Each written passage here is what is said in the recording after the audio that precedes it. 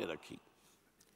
ایک تو وہی کہ مسلمانوں کی وفاداری کا یقین دلایا، مسلمانوں سے آپ خطرہ محسوس نہ کریں یا اندیشہ محسوس نہ کریں، ہم آپ کی حکومت کو تسلیم کرتے ہیں، اور یہ جو گورنمنٹ بائی پین اب ہو رہی ہے ہم اس کے ساتھ پوری طریقے سے شامل ہیں.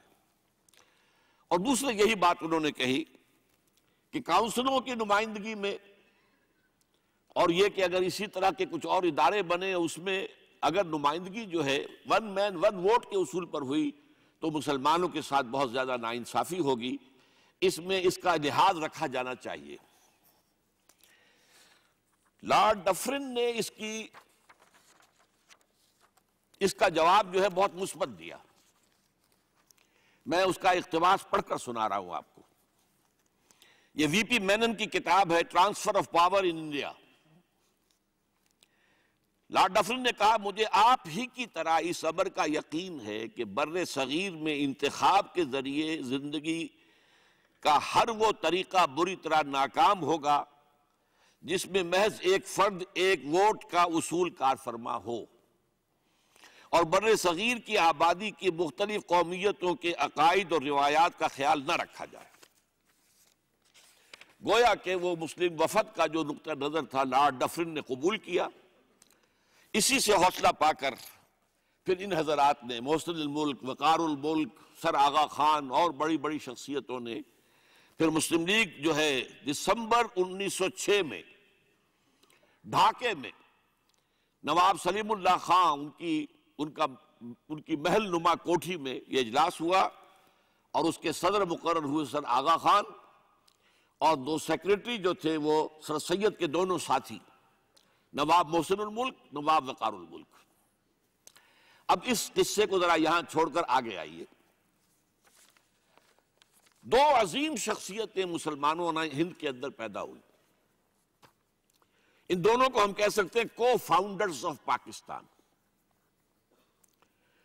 ایک علامہ اقبال جو مفکر، فلسفی، دانشور، شاعر،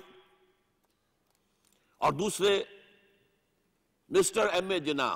میں وضاحت کر دوں کہ میری تقریر کے اس حصے میں لفظ قائد اعظم استعمال نہیں ہوگا. قائد اعظم وہ بعد میں بنے، ایک طویل عرصے تک وہ مسٹر ایم اے جناح تھے. اس کی میں کچھ تھوڑی سی تشریح ابھی آپ کے سامنے کر دوں گا. تو اس دور کے حوالے سے جب بات ہوگی تو میں مسٹر جناح یا مسٹر ایم اے جناح کہوں گا، قائد اعظم نہیں. تو دوسری طرف مسٹر ایم اے جناح تھے جو بیرسٹر تھے، وکیل تھے، اور ساتھ ہی ایک سیاسی کارکن بھی تھے. ان کی شخصیتوں کے بعض پہلو جو ہے بہت دلچسپ ہے، بہت مختصر میں اس کا اشارہ کر رہا ہوں. دونوں بہت ہی یوں سمجھیے کہ قریبی ہم عصر. علامہ اقبال جو ہے مسٹر جناح سے صرف 10.5 مہینے چھوٹے تھے. جناح صاحب کی پیدائش ہو رہی ہے 25 دسمبر 1876 کو، اور علامہ اقبال کی 9 نومبر 1877 کو. 10.5 مہینے کا فرق ہے. مقام جو ہے پیدائش کا اقبال کا تو طے ہے سیالکوٹ، اس میں کوئی اختلاف نہیں. جناح صاحب کے مقام پیدائش کے بارے میں اگرچہ عام طور پر کہا جاتا ہے کراچی، لیکن حیدرآباد سندھ میں یونیورسٹی کے ساتھ ملحق ہے انسٹیٹیوٹ آف سندھولوجی. وہاں کے محققین کا فیصلہ ہے اور تحقیق کے بعد کہ وہ جھرک ایک مقام ہے ٹھٹھا کے قریب، وہاں پیدائش ہوئی تھی. بہرحال اس مسئلے کو چھوڑ دیجئے، کوئی دلچسپی اس کی کوئی اہمیت نہیں ہے. ایک البتہ بات ذرا دلچسپی کی بھی ہے. علامہ اقبال کے بارے میں معلوم ہے ان کا پس منظر خاندانی جو تھا وہ کشمیری پنڈت، کوئی اختلاف نہیں. ایم اے جناح کے پس منظر کے بارے میں اختلاف. عام طور پر مشہور ہے کہ وہ اسماعیلی کھوجے تھے، لیکن مجھے ایک عجیب اقتباس ملا ہے.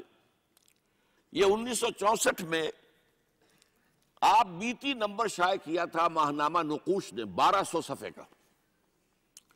اس میں تمام مشاہیر کی زندگی کے حالات ان کے اپنے تحریر سے یا اپنے قول کے حوالے سے بڑی خوبصورتی سے جمع کیے گئے.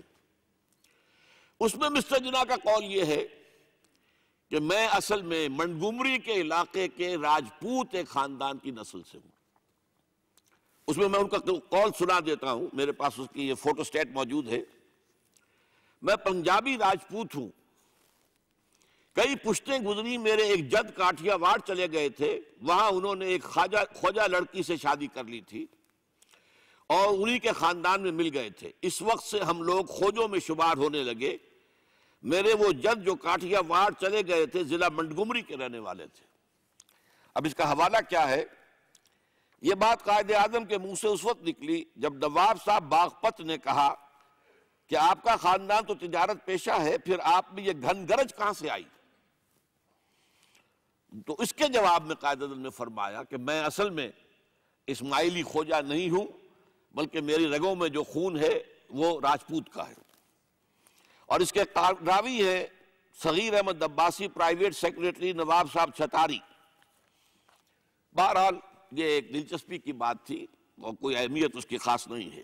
البتہ ایک اور بات جس کی اہمیت ہے، علامہ اقبال کے خاندانی اثرات میں مذہبی روح، مذہبی جذبہ جو ہے وہ بڑا گہرا تھا۔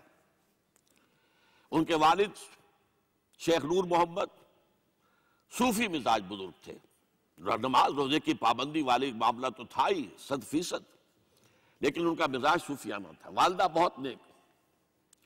پھر ان کی ابتدائی تعلیم جو ہے جس ماحول میں ہوئی ہے، علامہ میر کاشمیری بہت بڑے عالم، بہت بڑے جو ہے مدرس، ان کا فیض حاصل ہوا ہے۔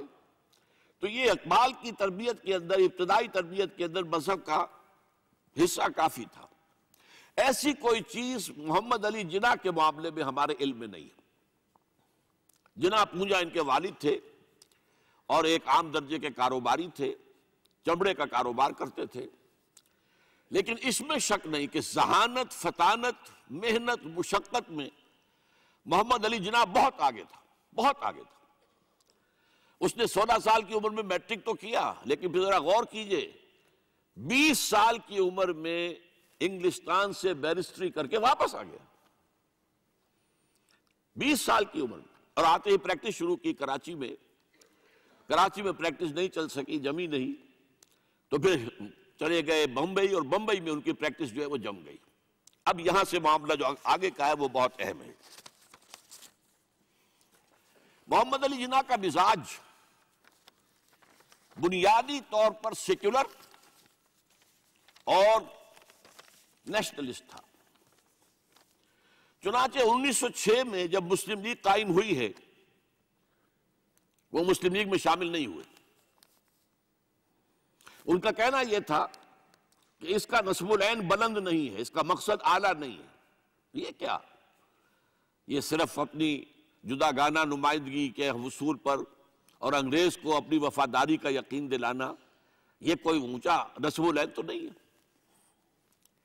اس کے بجائے وہ کانگریس میں تھے، اور دادا بھائی نورو جی جو صدر تھا کانگریس کا، اس کے سیکریٹری تھے۔ اس کے بعد بھی 7 برس تک وہ مسلم لیگ میں شامل نہیں ہوئے۔